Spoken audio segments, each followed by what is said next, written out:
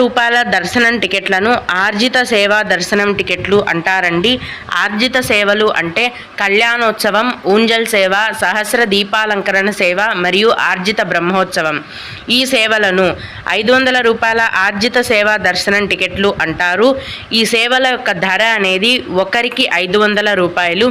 ఒక ఐడితో ఇద్దరికి ఈ టికెట్లను బుక్ చేసుకోవచ్చండి.